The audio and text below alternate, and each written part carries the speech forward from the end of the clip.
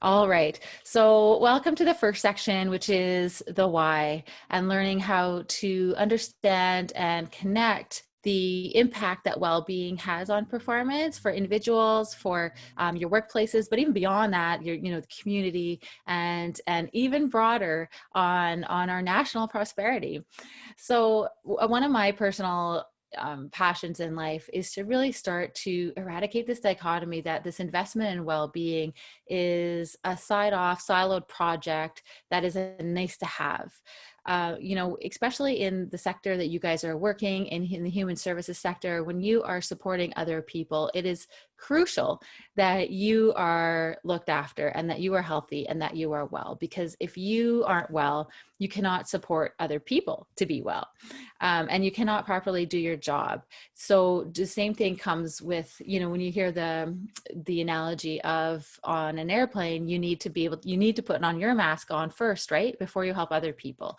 So the same thing comes with your job. You cannot fill other people's cups if your jug is empty.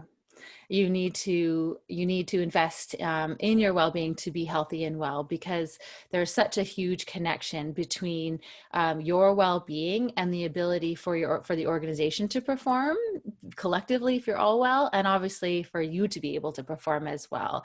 So Richard Branson, I'm kind of a little bit of a fan of him, and he has a really great quote that I use a lot, and that is, if you take care of your people, they'll take care of business. And it's so true, right? If you guys are well and supported to be well, then you can take care of business and do a better job in your specific roles. So we're going to talk a lot about, in this first section, about how well-being and productivity and performance are intertwined at every level. So we are first going to talk a little bit about the national level. So we're going to look at the really high level and then bring that down to you individually. So nationally, there is, when you think about it, most people are employed, right? 95% of people in Canada are employed, and we spend 2/3 or more of our working hours at work, sometimes more time with our colleagues and with our family on working days. And so the workplace is obviously a setting that's going to really influence our ability to be healthy and to be well. And if we're supported in our workplaces to be healthy and to be well, we're going to obviously perform better in our workplaces, but we're also going to bring some of those healthy practices back to our families and impart those with our spouses, and with our kids, and with people that we are friends and people that we associate with in our communities. And so there's a huge ripple effect that has alone, right? And then when we think about our healthcare system, our healthcare system isn't as great as it could be. So our healthcare system actually ranks third last out of developed countries in Canada, or in the world. Or 30th globally. And a large reason why our healthcare system isn't quite as good as it could be is because we have a high rate of preventable disease. So our health outcomes aren't as positive. So, we know that 70%, depending on the place that you go to, between 70 and 80% of premature deaths are 100% preventable, and typically related to chronic disease, cardiovascular disease, and things like that. A lot of our mental health issues, a lot of types of different cancers, can all be prevented or managed so that people can perform better and be healthier, obviously. And when people are supported, and we're seeing reduced risks related sometimes to our workplace, like sitting all day long or toxic stress, and not having enough access to healthy foods, all of these things, then if we are healthier, we can actually reduce the strain on our healthcare system. And our healthcare system eats up 45% of our budget, government budget, right? So don't you guys, a lot of you probably need a little more funding. And if we could reallocate some of that from health back into supporting people in whatever role it is that we have, then all the better. I think there are some people and PCNs here as well today. So anyways, it's all interconnected. Then the other thing is obviously when we think about presenteeism and absenteeism, so illegitimate absenteeism is a big thing. A lot of people go off just because they're stressed or they need a day off and they're not really actually sick, but they they are burnt out and they do need that personal day. And or the costs of absenteeism and a disability are enormous. So just the cost for mental health alone in Canada in the workplace is 20 billion, and then just nationally in general it's $50 billion a year that's costing our economy. And so there's a there's a huge impact between as well our productivity levels. So when you think about our intellectual power and our brain power and our ability to bring our whole selves to work and to perform well, if we're not well, we really cannot fully function properly. And we're going to talk a lot about that, especially when we could talk about psychological safety in the workplace, which is a huge determinant of whether or not people can be successful. And so we're going to talk about that and how we can actually support psychologically healthy and safe workplace, and how we can support people to be a little bit healthier. But all in all, our productivity levels in Canada as well aren't as good as they could be. And if we invested more in people to be healthy and happy, then we will be more productive and we will perform better. So within Canada, just in case you aren't aware, we work about an average of about so people who work full-time hours usually work around between 44 and 50 hours per week. But people who work when we combine the full-time and part-time hours, the average is about 37 hours per week. But that's combining full-time and part-time. Those are pretty much full-time hours. And the reason I'm sharing this with you is because I'm going to share with you what other countries are doing around the world, and how the health of the population is different, and how the working hours are different, and how their GDP and productivity levels are different. So another thing about Canada, and in Alberta specifically, since we're all here in Alberta, is that our overtime hours continually increase. So our overtime hours between 2003 and 2013 have increased by 57%.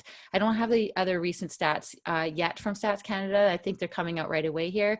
But as you can see, our overtime hours are increasing and increasing and increasing, but our productivity levels in our economy, COVID aside, right prior to COVID too, our economy is not doing well, despite all this overtime and this huge amount of work that we've been putting in. And so it's important that we start to think about a little bit more how we can really support ourselves to be healthy and to be productive, and not to burn ourselves out, because when we're burnt out, we are not productive, right? I think we all know that. All right, so let's share some practices around the world. So France. So France is so it's most of these countries are European countries that I'm sharing with you. And so yes, they have different kind of government structures, but a lot of the practices that they have in place are applicable and possible. Maybe we can't influence this at the national level. I'll do my best to advocate for that because that's a passion of mine. But we can influence some of these practices within our workplaces that we're in. So France has the best care health system in the world, which is going to help. But they also had a great recognition that over time, they were seeing the trends of stress, burnout, and things like that, and poor health related to work. And they started to see that productivity levels were starting to diminish, because there's this thing called diminishing returns. So the more hours that you're putting in, you'll actually see a lot less come out of the work that you're putting in, after you've been working so many hours. And so it's really important to think about that and to start to disconnect, because what France has done here is that they have this law that bars email after work. And they started that, and it's called the right to disconnect. So that started in 2017. And they also enacted a law in 2020, 20 years ago already, that reduced the working week from 39 hours to 35 hours. And they did not see any drop in productivity levels. In fact, productivity levels started to increase. And then again, obviously there's always, they have around 30 days of paid leave a year, which is really helpful in terms of supporting balance and in the workplace and getting that time away. So then I'm just going to quickly share with you here what Switzerland has been doing. So they are the third most productive country in the world. They spend just over 30 hours a week on average. And again, these are combining full-time and part-time compared to our like 38, 37.7, 38 hours. They're among the fittest in Europe, and they consistently top the World Happiness Report. Then we can look at Norway. So they are considered to be Scandinavia's productivity king. They have a 27-hour working week, but they're twice as productive as others, as those in the UK and Israel, because again of their investment of well-being and because they're actually working less. So they also top the World Happiness Report as well. So then we have Luxembourg. So they're the most productive country in the world, albeit they're small. But we still have some really great practices that we can take home from them. So they're, sorry? Oh, sorry, I'll mute. Oh, no problem. So they have a really great support for work-life balance. I like to call it work-life integration because that line is very blurred right now, especially with COVID. Even beforehand it was. But so Luxembourg, they really have this whole culture where people are really have the ability to arrange outside interests and commitments around work. So there's no like this idea of, and it's different in every kind of role. Obviously, there's many roles where you have to be there from 8 to 5 or 8 to 4 or 9 to 5, whatever the hours are, or the 12-hour shifts in the healthcare or whatever it is, right? But for some of those other roles where there's a bit more flexibility, they provide a huge amount of flexibility for people to just arrange their outside interests around work. And they only work an average of 29 hours a week. But they're the most productive country in the world. In other words, their output and their GDP is really healthy. And again, they also get this minimum of 5 paid weeks per year, which is nice. And the standard across the entire country. And then another interesting thing is that they really promote in and focus in on workplace health promotion. It's obviously a huge issue for them because they realize that the toll that it can place on people, and it obviously impacts their productivity. And so they have signed a declaration with the European Union on workplace health promotion to just help promote that because it is so important. It's really an important factor. All right, so let's talk now more about the workplace and how this is more relevant to you guys, right? So what does this mean? So I want to pause for a minute, and I want you just to have a little breakout session, and I want you to think about what will be different if you invest in well-being. So this is an appreciative inquiry type of question where we just think about the possibilities and the vision of what we want to see different before we even start talking about the how. And so I'm going to give you guys a few minutes to think about that, write a few things down. Write them down in the chat function, and then remember to copy those and paste them and put them back. Remember, you'll have 60 seconds. When that 60-second timer comes on, you have the end till the 60 seconds to rejoin us. So let's just take a moment here to think about what will be if we invest in well-being. So welcome back, everyone. If you can just enter into the chat function here some of your expectations that you have, or what you think will be if you invest in well-being, then that would be great. So I'm seeing some interesting things. So increased work-life balance and increased productivity, for sure. Less sick time use, less overall stress, more energy, creativity, innovation, and teamwork. Yep, those are all really great outcomes of what you can expect to see with a healthier culture. Better quality of life. Yeah, absolutely. Right. And it goes beyond just what's happening at work. One of our guiding workplace wellness mottos is to do less and do it well. Oh, that's awesome. Mine is always, I often say we need to be well to do well.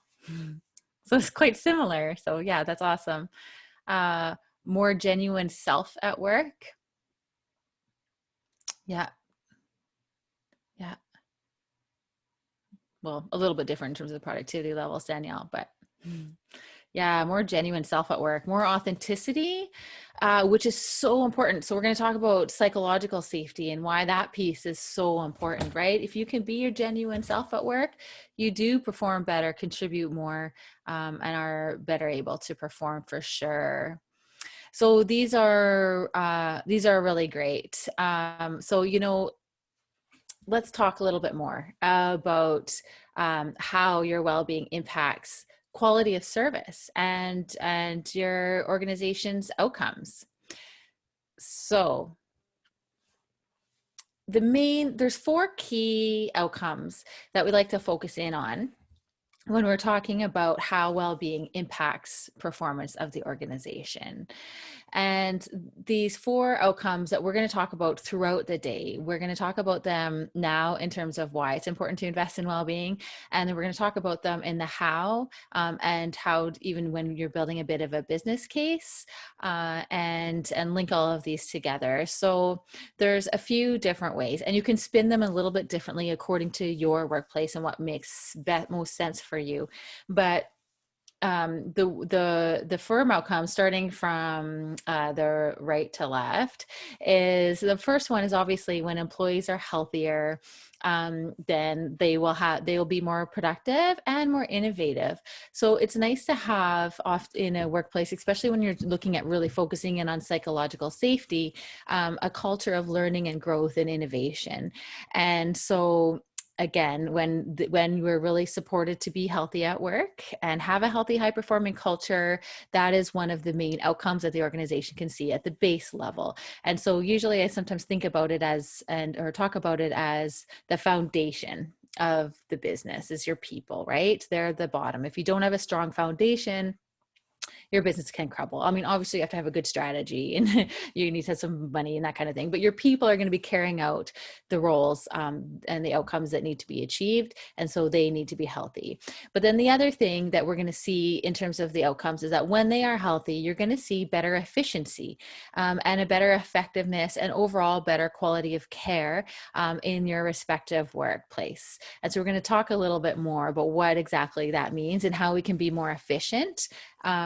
So I'll give you a little bit of a tidbit to start, but basically when we have a culture of psychological safety, which means we have a culture where we are able to be our authentic selves, like someone put there, to be able to be vulnerable, to be able to take interpersonal risks, to be able to even maybe challenge the status quo, then we have this ability where people will actually speak up and contribute more of their full their ideas. They won't be worried about just managing themselves to be healthy or managing interpersonal risk. They'll be able to provide suggestions and ideas that can sometimes improve things like efficiency, and obviously be better to able to provide better care. Because when we're not supported to be able to do these things, there can actually be really dire consequences when people aren't authentic about what maybe they're struggling with, or when they see something that needs to be changed. If they're not able to truly speak up about these things, then that can have some really dire consequences, especially say if you're talking about dealing with other people, and especially in things like healthcare. So I'm going to show you a good little TED talk in a little bit that really illustrates that, and articulates it probably better than I just did. And then the other thing is better reputation. So within an organization, you're going to have when the organization really supports, and the leaders within that organization support each other to be well, then there is a better reputation that comes with that. So Starbucks, for example, did a big survey of why, and I know this is totally different type of industry and everything, but it's still relevant. So Starbucks did a survey, market survey, to find out what people like about their brand, or why they like the brand, and why they go there. And 87% of respondents said that they go to Starbucks and then they like them because they like the way they treat their people. So when people are taken care of, there's just this external respect that comes from your funders, and from your clients, and from the community in general, and it supports you to just to do better in general, whether it be trying to, make your clients happy, whether it be trying to make your funders happy, all of these things, it's all tied into connection, and it's all tied in and connects well. And it relates back to the corporate social responsibility piece that people think about, right? And investing in employee well-being is a socially responsible thing to do. And it's really important that the values that you have for the people that you're serving are the same as the values that you have for your employees, which are, again, the other people that you're serving. So those really need to be aligned, and that will support your reputation. And then obviously what a lot of people think about is cost avoidance. And so obviously the cost of things like presenteeism, which means you're there but you're not there because you're not engaged, you're not motivated, you're just trudging through the day, and not really performing to your fullest potential. And then there's obviously the costs that come with just absenteeism, from people going off sick, people going on disability, from burnout, from stress leave, and all of these other things. And in fact, another one in terms of cost avoidance can be increased net revenue because of the cost avoidance. You guys aren't necessarily bringing in money, but some of you are. And so if you're bringing in money to support your roles, you might be able to, as a cliche goes, happy people, happy employees equal happy clients, is true. And so all of these things can kind of be supported.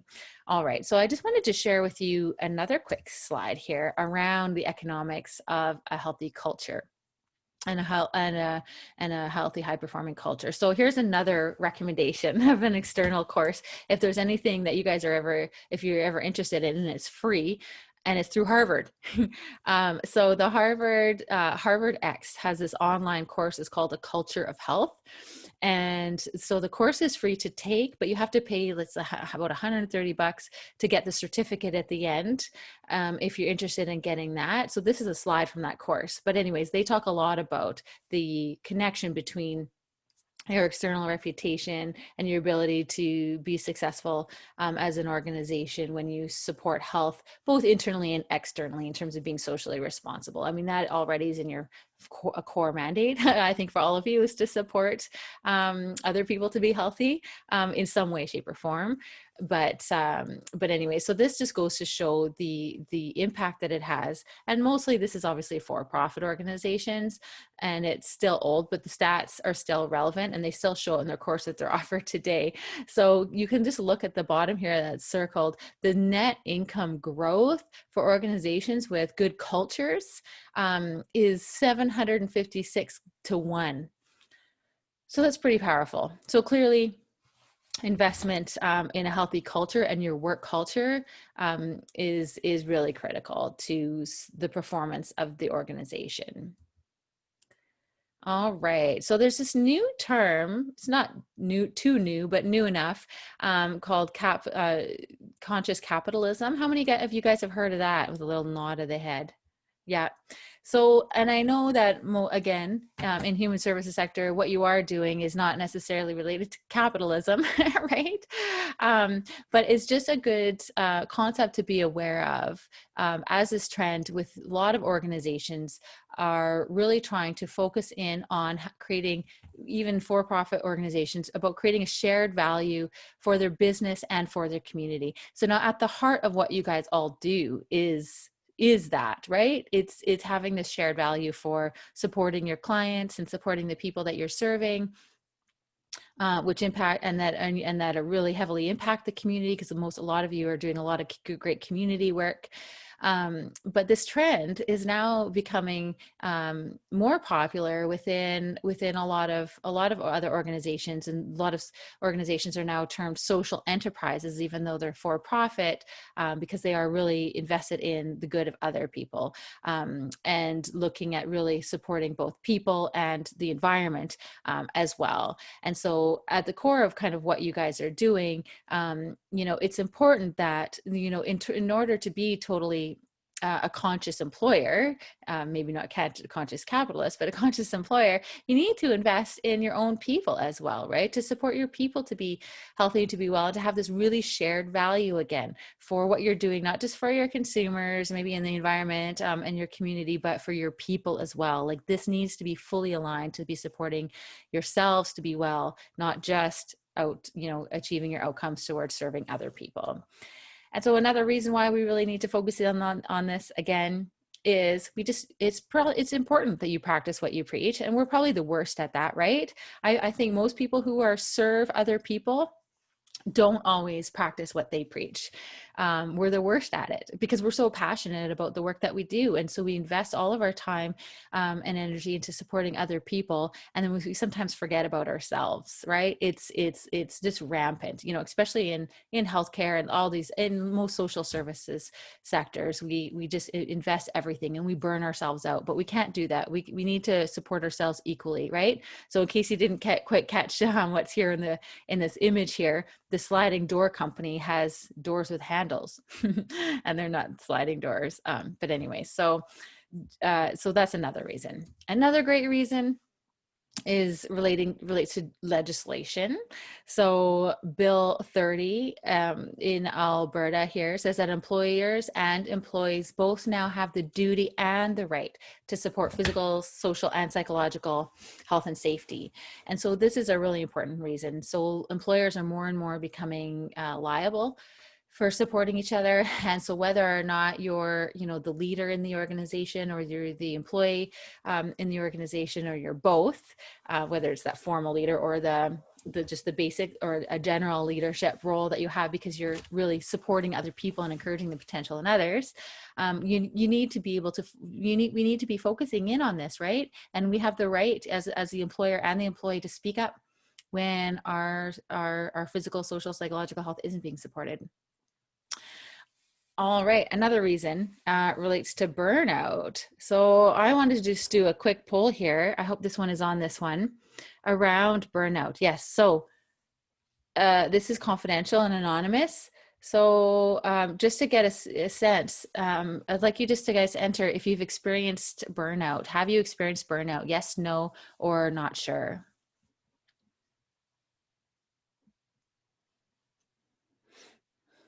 This will probably help you feel not alone.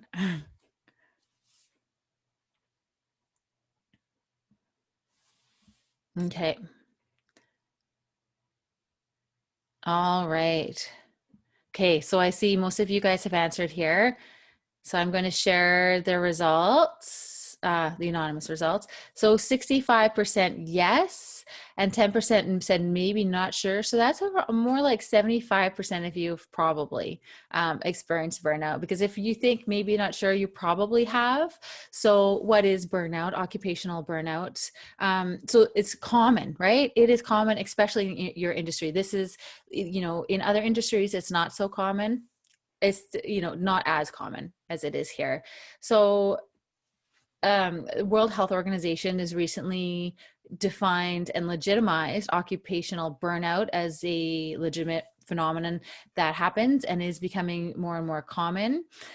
So basically what it is it's a psychological response to a lot of chronic stress that's caused out by work. And then what happens is we feel a lot of emotional exhaustion. We're going to feel detached. We're going to have a lot of decreased motivation. We're going to have a lot of decreased performance in the work that we're doing. And so it's a real thing to be focusing in on and preventing. Like, we need to support our people to be well, to prevent this from happening, because when we're experiencing that, that's impacting our productivity, right? That's impacting our performance and our ability just to have a decent quality of life. So it's really important to focus in on that. So, and a lot of times when people are burnt out, we get this, people become very disengaged in their workplace. And so Lance Seckerton is another good guy to look up if you're looking for more information. He talks a lot about how to inspire people versus engage people within the organization, as going that one level beyond. But he's done a lot of research around this, around engagement levels within workplaces. And the stats that he has says that more than half of the working population in general is actually actively disengaged, which means they're actually doing harm to the organization. They're not, they're probably achieving the bare minimum, but if they're actively disengaged, that means they're probably actively doing things that may be speaking badly about the organization, and undermining it. And so it's something that's really important for us to be focusing in on, is helping people to be engaged and inspired by doing things like preventing burnout, and supporting our people to be well. All right, so another real phenomenon that people experience, obviously, is compassion fatigue when we're working in the human services sector and we're dealing with people. And so from the experts that I've heard about this, around compassion fatigue, is that it is not a matter of if, it's a matter of when. And so some of the symptoms are quite similar to what we experience with occupational burnout. And so we're going to talk a little bit about that more in the last section, when we're talking about how we can understand and assess any signs or symptoms that we're experiencing, and then how to overcome those. All right, so I would like to just do another quick poll with you guys, and I'd just like you to share here what impacts your psychological health and safety at work, and negatively. So what negatively impacts your psychological health and safety at work? So I'll just give you a minute to answer this poll here. So some of the options here, your boss, your clients, the workload, unrealistic expectations, bullying and harassment, not feeling valued and included, or a lack of ability to contribute ideas, feel heard, which is related to included. So you can pick as many as you want here. And again, they're anonymous. So if you're saying your boss, don't worry, nobody, we won't share that information. Nobody will know who is answering what.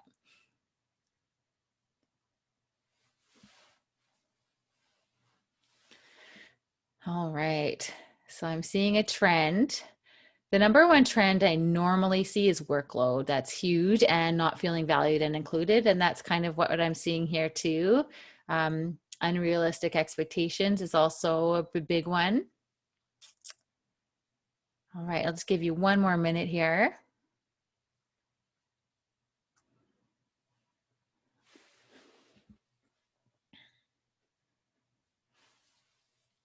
Okay. I know sometimes people have to step out for a minute and return. Okay, so I'm going to end this and just share the results here. So number one, workload. It's never a surprise. And it's unfortunate that we all have such a high workload.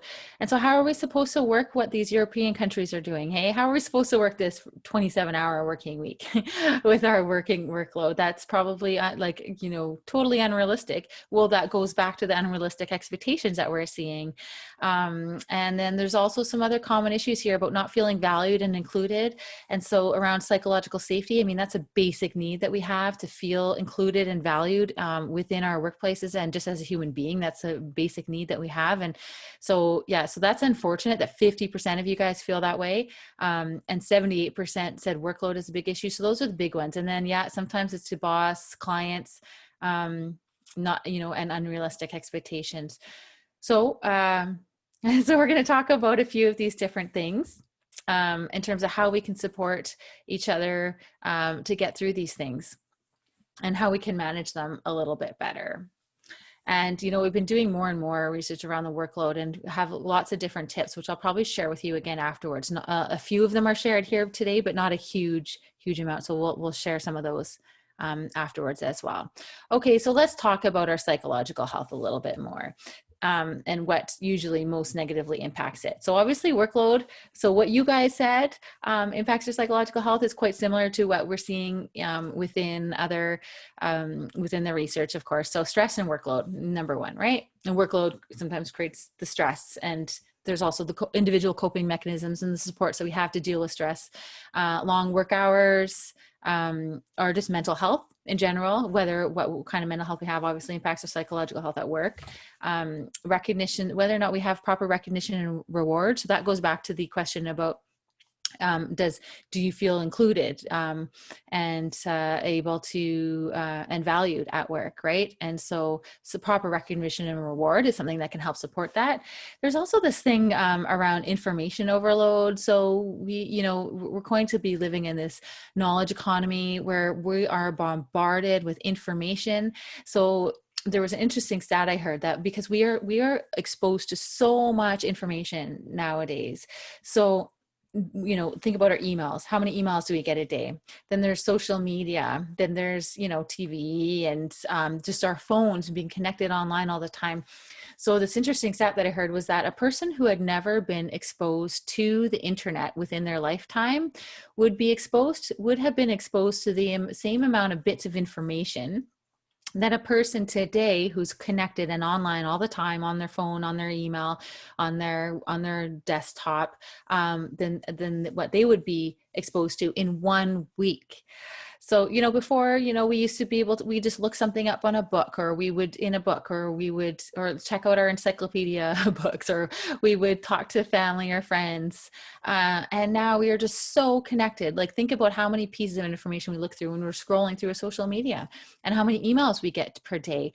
It's really astounding. And so that really can impact our psychological health, to be able to, how can we take a break, and how can our mind make sense of everything that's happening? And we're going to talk a bit about mindfulness, and the only way that we can help and achieve really great productivity in our work is to be able to have time to sort through the information, to make good decisions. And that only happens when we're at rest, when we're not being constantly bombarded by something. So we need to be able to build in that time for those things. And then obviously expectations are growing and growing. We have to do more with less, especially with COVID, less funding in a lot of cases. And there's just a lot of different workplace trends and technological advancements that are making work sometimes more difficult. Like, we're more connected than ever, but sometimes more disconnected, again, especially with COVID, we're doing all of this online. And cultures, there's this culture in workplaces of this hustle culture. Oftentimes it's like, go, go, go, go, go. But it's not really helping us to really perform to our best, because we need to be able to sit back and see the big picture versus trudging through a gazillion tasks. But are those tasks meaningful? Are they important, right? How do we see through the weeds? And so that's really important, to be able to maybe start to get rid of some of that hustle culture and focus back on thinking about the big picture, and how we can really make a change, and how we can really improve things. All right. So the physical health is, another obviously big reason. I already mentioned this. So we know that 70% of premature deaths are 100% preventable. According to the Conference Board of Canada, 80% of premature chronic conditions are also preventable. And so we need to be focusing in on that. We know that nutrition obviously plays a huge role in those chronic preventable chronic conditions, like cardiovascular diseases, heart diseases, stroke, diabetes, those types of things. Sitting is now considered to be the new smoking. A lot of you probably heard that. That just means that the lack of physical activity and increase in sedentary behavior is starting to becoming the leading cause of death, preventable death, compared to smoking, because now less people are smoking. Government's done a great job at that with all the work that they've done. And now we need to tackle that, right? Sedentary behavior and overall general well-being that way. And then again, we know that over 2/3 of the population is overweight or obese. Only 16% of people get enough physical activity. So we're going to talk about these things in the last section, in terms of how we can support ourselves to be healthier. And again, all this money is dedicated to the healthcare system, but we need to, there's another good reason why we need to invest in well-being, right? Because of all the chronic conditions that we're seeing, and the money that is costing us, and the absenteeism, and all of these things. So again, her social health is really influenced by so many things with technology. As I mentioned before, we're more connected than before, but less connected. And we need more meaningful, authentic connections with people. And we need to support that. So when we think about our social health and our team effectiveness, and we think about our psychological health and psychological safety, they're all really intertwined and interconnected. So psychological safety, so there's a few definitions, and we'll go through this in quite a bit of depth later on, but Amy Edmondson, who's a Harvard Outer University, who was not the first, I think she was the third person who was the real expert in the term and in the whole practice, defines it as a belief that we will not be punished or humiliated for speaking up with ideas, questions, concerns, or mistakes. And she says this type of psychological safety obviously contributes to our social health, right? Like, how can you socially be healthy at work if you cannot speak up with ideas and questions and concerns or mistakes, right? And she says it's the number one determinant of team effectiveness. And she's done a ton of research, and I'm going to show you her TED Talk a little later here. And so it's really important that we focus in on psychological health and social health so that we can be productive and effective, because we know that everybody brings their whole selves to work, right? And so we just basically need to rehumanize the workplace and build that social health and address things that have to do with, the toxic stress that we're experiencing, and create this positive, social, psychologically safe and healthy workplace. All right, so let's tie this back in more to productivity. So I would like you guys to do another poll and let me know what you guys think productivity is. So there's no real right or wrong answer here, but I'd just like to get a sense from you guys, just so we can create a bit of a shared understanding of what productivity is. So I'll just give you a minute to answer this poll, whether you think it's GDP per hour worked, output divided by input, output times value, working smarter, not harder, or output minus input.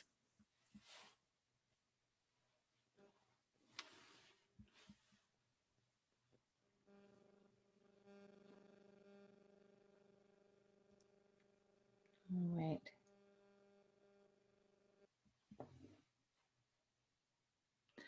Okay, so far I'm seeing a lot of people saying it's output times value, or working smarter, not harder, and output minus input. There is more than one right answer, but just pick what you think is best. The best way to define it. You guys are thinking hard. I can see it.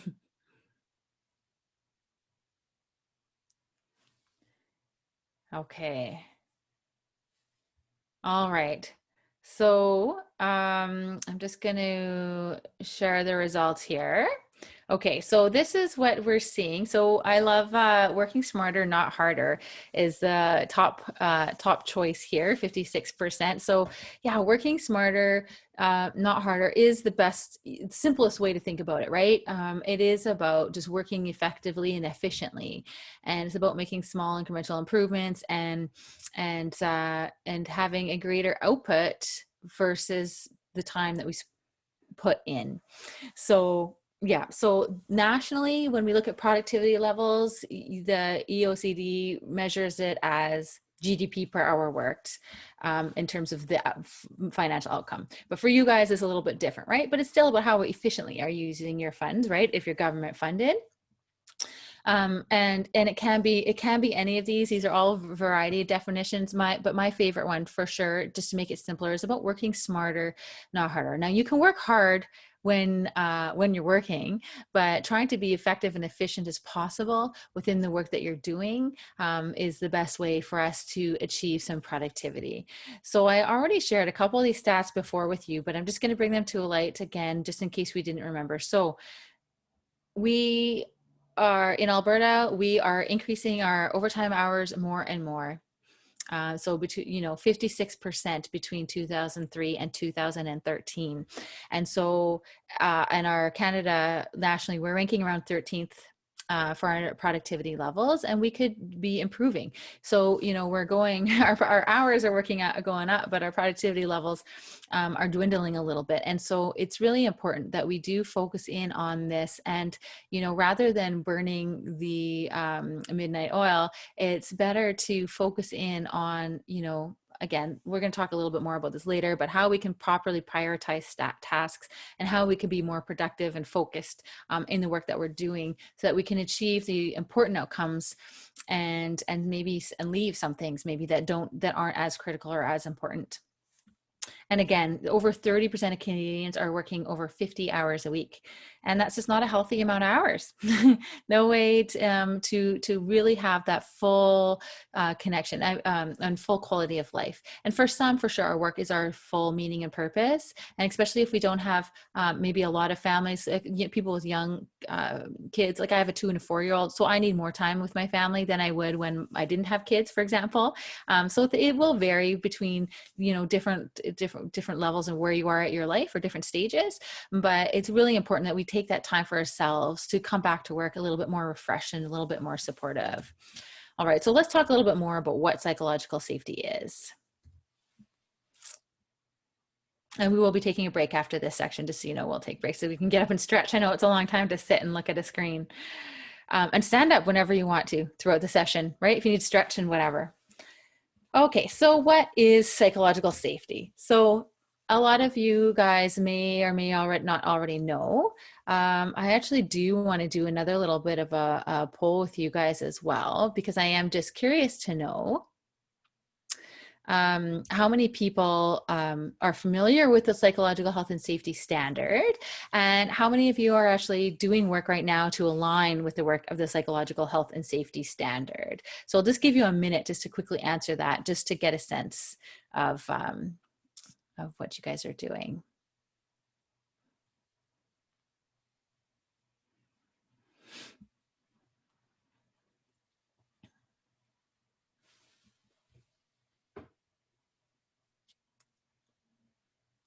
All right. So I'm seeing so far it's about half and half, maybe a little bit less. Okay. So I'm going to share these results with you here in just a minute.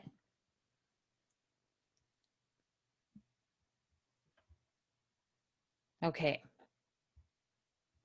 Okay, so are you familiar with it? So actually more of you are not familiar with the psychological health and safety standard than are, so that's good. So I'll share some great information about what it is. And it's actually nice for people who haven't heard of it to tie in all the kind of different definitions to give you that holistic perspective. Because a lot of people who are really bought into the standard is great, but there's also different kinds of definitions and perceptions around psychological safety that I want to share with you today that might just kind of broaden the approach to make it a little bit more holistic. Okay, so awesome. So so here's the results for y'all to see. Sorry, I didn't press share. So yeah, so some people are the people who are aware. Some of you are already actively working with it, and some of you are thinking of it, but not quite yet. Okay, so Timothy Clark here is one of the more recent gurus in the topic of psychological safety. So he's American. So his work doesn't talk a lot about or align with the psychological health and safety standard. So I'm going to give you the various definitions that we hear. So he defines and likens psychological safety to Maslow's hierarchy of needs. If you guys are familiar with that. So, in terms of what are really basic needs, whether it be food and safety, moving up to having as full self-actualization of really understanding yourself and being connected to higher meanings and purposes and all of these different things. And so he looks at this as kind of that same type of pyramid and says, you know what, there's basic needs that we have in a workplace in order to be able to perform and to be productive. And so one of the number one, so this would be reversed if you were looking at the triangle. But inclusion safety is something that we would see a need that we would have that would be the very basic human need for us. And so he's done a lot of research around this and says that inclusion safety is a human need and it's basic, and we need to feel included and valued in the workplace that we're working in. Then there's the second level is learning safety. We need to be able to feel safe to learn and to grow, because when people are hired in a specific position, we may have a certain set of skills and knowledge and competency that we bring to that. But we're human beings, and we continually grow and we continually evolve. And so we need to be able to have the opportunity to do so. But oftentimes, even regardless of whether or not the organization provides opportunities for us to learn, there may be a fear for people to actually be able to learn on the job, because there's a fear of making any kind of errors, or there's a fear of exploring questions or exploring things with their peers because they feel they need to know it all or have the answer at that moment in time. And so having a learning safety culture can really support us to be able to learn and to grow and to develop individually and as an organization. Then the next one, again, is the ability to fully contribute ideas, to contribute questions, to contribute maybe even just basic curiosity, but really looking at how can we fully contribute rather than feeling that we maybe are stuck in our like narrow position, and feeling safe to contribute beyond that. And then the last level is really being able to go ahead and challenge the status quo and feel safe to be able to do that. And that's the hardest level to achieve, obviously within an organization where people can feel fully safe to do that. So when we asked what impacts your psychological health and safety at the beginning, we saw quite a few of you said that some of the issues that will negatively impact psychological health and safety is the ability to challenge status quo, or to feel fully recognized and included in your workplace. And so these things are things that will definitely inhibit ability for you to perform and to do well. So this definition here that I wrote here is kind of combination of what Timothy Clark's is and Amy Emmetson's, and around the psychological health and safety standards. So it's a little bit more holistic, but it just basically says, it's a culture that allows people to be able to take personal risks, to be curious, to admit fallibility, right, and mistakes, because we're all human beings. So that goes to that vulnerability piece. Gives us the ability to challenge status quo, to innovate and to learn and to grow. And then all of this can help to reduce the risk of psychological harm and promote good mental health.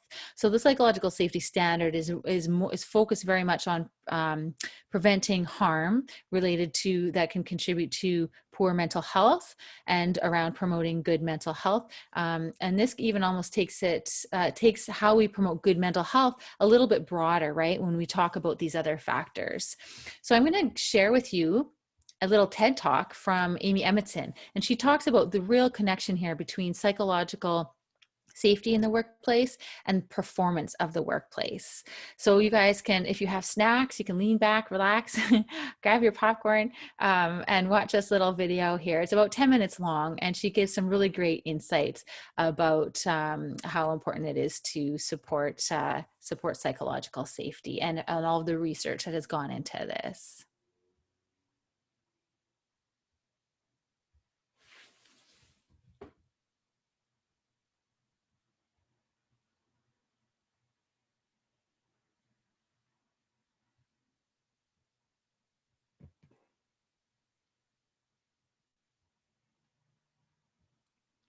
Night shift in a busy urban hospital notices that the dosage for a particular patient seems a bit high. Fleetingly, she considers calling the doctor at home to check the order. She recalls his disparaging comments about her abilities last time she called him at home. All but certain the dose is in fact fine. The patient is, after all, on an experimental protocol which justifies the high dose. She heads for the cart, gets the med, and goes toward the patient's bed. Quite far from the urban hospital, a young pilot in a military training flight notices that his senior officer might have made a crucial misjudgment. He lets the moment go by. Far from both of those stories, a senior executive who has recently been hired by a very successful consumer products company to join the top management team has grave reservations about a planned takeover. New to the team, feeling like an outsider, everyone else is so enthusiastic about the plan, he doesn't say anything. These are 3 episodes of workplace silence when voice was necessary. Voice would have been helpful. Now, you may think, if I were in their shoes, I wouldn't do that. Or you may be aware, as I am, of just how often this happens in the modern workplace. So, I've been fascinated by this problem for a long time. Why does this happen? It's quite simple, actually. It turns out that no one wakes up in the morning and jumps out of bed because they can't wait to get to work today to look ignorant, incompetent, intrusive, or negative, right? No, on average, we'd prefer to look smart and helpful and, positive and helpful. So the good news about all this is that it's very easy to manage, right? Don't want to look ignorant? Don't ask questions. Don't want to look incompetent? Don't admit weakness or mistake. Don't want to look intrusive? Don't offer ideas. And if you don't want to look negative, by all means, don't criticize the status quo. Okay. Now, this strategy, the good news about this very successful strategy is that it works for self-protection. The psychologists call this impression management, and there's a great deal of evidence that we're quite good at it. We learn how to do this sometime in grade school. By the time we're working adults, it's all but second nature. Have you ever had a question and you look around and you don't ask it, no one else seems to be asking, maybe you're supposed to know. You think, I'll figure it out later, right? So why does this matter? It matters because every one of these moments, every time we withhold, we rob ourselves and our colleagues of small moments of learning. And we don't innovate. We don't come up with new ideas. We don't, we are so busy, unconsciously for the most part, managing impressions that we don't contribute to creating a better organization. The nurses don't call. The pilot doesn't speak up. The executive doesn't say anything. So the good news is that not every workplace is, in fact, this way. There are some workplaces where people absolutely wake up in the morning, if not eager, at least willing and ready to take the interpersonal risks of learning. I call these special workplaces ones that have psychological safety. Now, I'll define psychological safety as a belief that it's absolutely okay, in fact, it's expected, to speak up with concerns, with questions, with ideas, with mistakes. And I got into this, I got interested in this actually quite by accident. Let me tell you how it happened. I joined a team of mostly physicians and nurses, and the job of that team was to find out, to assess, they hoped conclusively, what the actual rate of medication errors was in, let's say, some modern tertiary care hospitals. So their job was to set out to collect data on drug errors, human-related drug errors. My little part was very simple. I was going to ask the question and answer the question of, do better teams, better hospital patient care teams, make fewer mistakes? I used a standard team survey measure to assess the team effectiveness, and trained nurse investigators visited a number of units in 2 hospitals every couple of days for 6 months. These were the data that they came up with. Now, these are adverse drug events, errors, just call them medication errors, that were deemed to be based on human error, expressed in terms of errors per 1,000 patient days. Now, here's where the story gets a little weird. I got the data, I waited patiently, I got the data on the teams, I got the data on the errors, and I ran my analyses. And what did I find? The results were exactly the opposite of what I had expected. It appeared that better teams were making more mistakes, not fewer. Now, from the point of view of a young researcher wanting to publish a paper, this was a real problem. Never mind the other problems, right? And so this was a problem. No, this was a puzzle. So I sat down to think, why else might? I thought about the need for coordination between physicians and nurses. I thought about the need for teamwork on the fly, for speaking up, for double checking. And I thought maybe, in a kind of blinding flash of the obvious, I thought maybe the better teams aren't making more mistakes, maybe they're more willing to discuss them. What if the better teams have a climate of openness that allows them to report and even get to the bottom of these things? Now, having that insight was a far cry from proving it. So what did I do? I sent out a young research assistant to study these units very carefully. He had to have no preconceptions. He didn't know the error rates. He didn't know how they scored on the team survey. He didn't even know my hypothesis. And I said, what do you learn? And you know what he found? He found that these units, these 8 units, were wildly different in terms of whether they were willing and able and did, in fact, talk about errors. Some of them were actually actively talking about them all the time and in the process of trying together to work together to find new ways of reducing them. I called this, much later, I called this psychological safety. Now, you might want to know, what was the sorting rule in this chart? It looked at first like I was trying to get it from highest error rate to lowest, and I just am not very good at math and got mixed up in the middle. No. These are sorted by the research assistant's ratings of the openness of the climate. As you can see, the correlation is very high indeed. Okay, so how do you build it? What do you do? If you're a leader and you say, wow, I want to have psychological safety in my workplace, let me just suggest 3 simple things you can do so that that nurse does make the call. The pilot does speak up. The executive even reveals his concern about the takeover. First, frame the work as a learning problem, not an execution problem.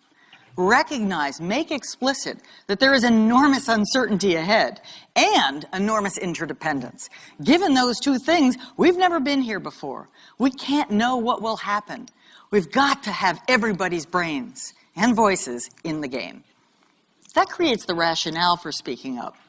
Second, acknowledge your own fallibility, right? You know you're fallible. Say simple things like, I may miss something. I need to hear from you. This goes, by the way, for subordinates and colleagues, peers alike. That creates more safety for speaking up. And third, model curiosity. Ask a lot of questions. That actually creates a necessity for voice. And so these 3 simple things can go a long way toward creating the kind of workplace where we can avoid the catastrophes you saw coming in those 3 opening vignettes. Now, at this point in describing and teaching about these things, most managers I talk to start to get a little nervous, right? They say, I get it.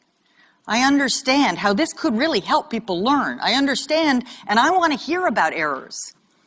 But are you saying I have to dial back a little on excellence? Is it no longer possible to hold people accountable for great results, to hold their feet close to the fire? And I say no. In fact, I don't think it's a trade-off. I think it's 2 separate dimensions, right? 2 dimensions that you have to think about. In fact, when I'm talking about psychological safety, I'm essentially talking about letting up on the brakes, right? I'm not talking about the gas. Right? I'm not talking about motivation. There's a lot out there on motivation, and it's really important, and it's important to understand it. But I'm talking about it's equally important to free people up to really engage and not be afraid of each other. So if you don't do either, by the way, that's the apathy zone, and that's quite sad. So let's move on. If you only do psychological safety, yes, well, it's possible. You're creating a comfort zone, leaving money on the table, right? But this is the one I'm more worried about, and I wish more managers were worried about it too, right? If you're only talking about people's accountability for excellence and not making sure they're not afraid to talk to each other, then they're in the anxiety zone. This is where the nurse was. This is where that young pilot was. Even the senior executive was in this place, and that's a very dangerous place to be. So, of course, where do I want you to be? I want you to be high, in the learning zone. And let me just say, in case it wasn't clear yet, that this is also one and the same as the high performance zone as long as there's uncertainty and interdependence. If you have no uncertainty and no interdependence, it's fine. You don't need psychological safety, really. It's fun to have, but not necessary. But if you have both uncertainty and interdependence, it's absolutely vital that you have psychological safety. So the workplace out there, the complexity, the interdependence, it's not going to go away anytime soon. We need people to bring their absolute full selves to the challenging jobs ahead. And I hope you will help me create those kinds of workplaces so that they can learn and become their full and most contributing selves. Thank you. All right. So What the video is very timely. Don't worry, we're going to take a break right away. The video is very timely because, well, with COVID-19, we have a lot of uncertainty, don't we? And obviously, there's always interdependence for the most part within the roles that we have within our organizations. So I just wanted to summarize 3 things that she said, just to repeat them again in case you didn't quite catch them. Is that she said the 3 things that you can do to support psychological safety at work is one is to frame learning problems, or to frame work as a learning problem and not an execution problem. So we always have a lot of problems or puzzles to figure out. And if something goes wrong, it doesn't mean that we executed wrong. It was just a learning problem. It was a stepping stone to continue to grow, because that's what innovation is. Innovation is learning through processes, through small incremental changes. And if we don't understand what maybe isn't working at the moment, we can't continue to continually innovate, especially if people obviously aren't talking about those things that we need to change and speak up about those things. So frame your work as a learning problem, not related to anything related to your execution. Then the other one is to admit your own fallibility. So as leaders, we can go ahead and model that. And just to create and humanize the workplace a little bit more, because we're all fallible, and we can, there's the choice between, we always make mistakes. That's inevitable. We are going to make mistakes. What is not inevitable is whether or not we learn from those. So we need to speak up and admit our own mistakes, and to foster that culture where it's okay for other people to also speak up and admit mistakes, because that is how we breed innovation. And then the last one is to model curiosity and just to ask lots of questions to find out how things are going, how people are doing, how the work, is the work achieving, its intended outcomes, and just to be curious with everything, right? So, in general, as leaders and as change agents yourselves, these are kind of 3 simple things that you can do to start to to foster a culture of psychological safety moving forward. All right, so I'm just going to close this section here. So, we know now that well-being and productivity are really intertwined, right? We do need to be well in order to do well, and we need to have a culture that will support us to be safe, to be our best selves, so that we can both, be healthy, have this quality of life, and perform better and have a higher level of productivity.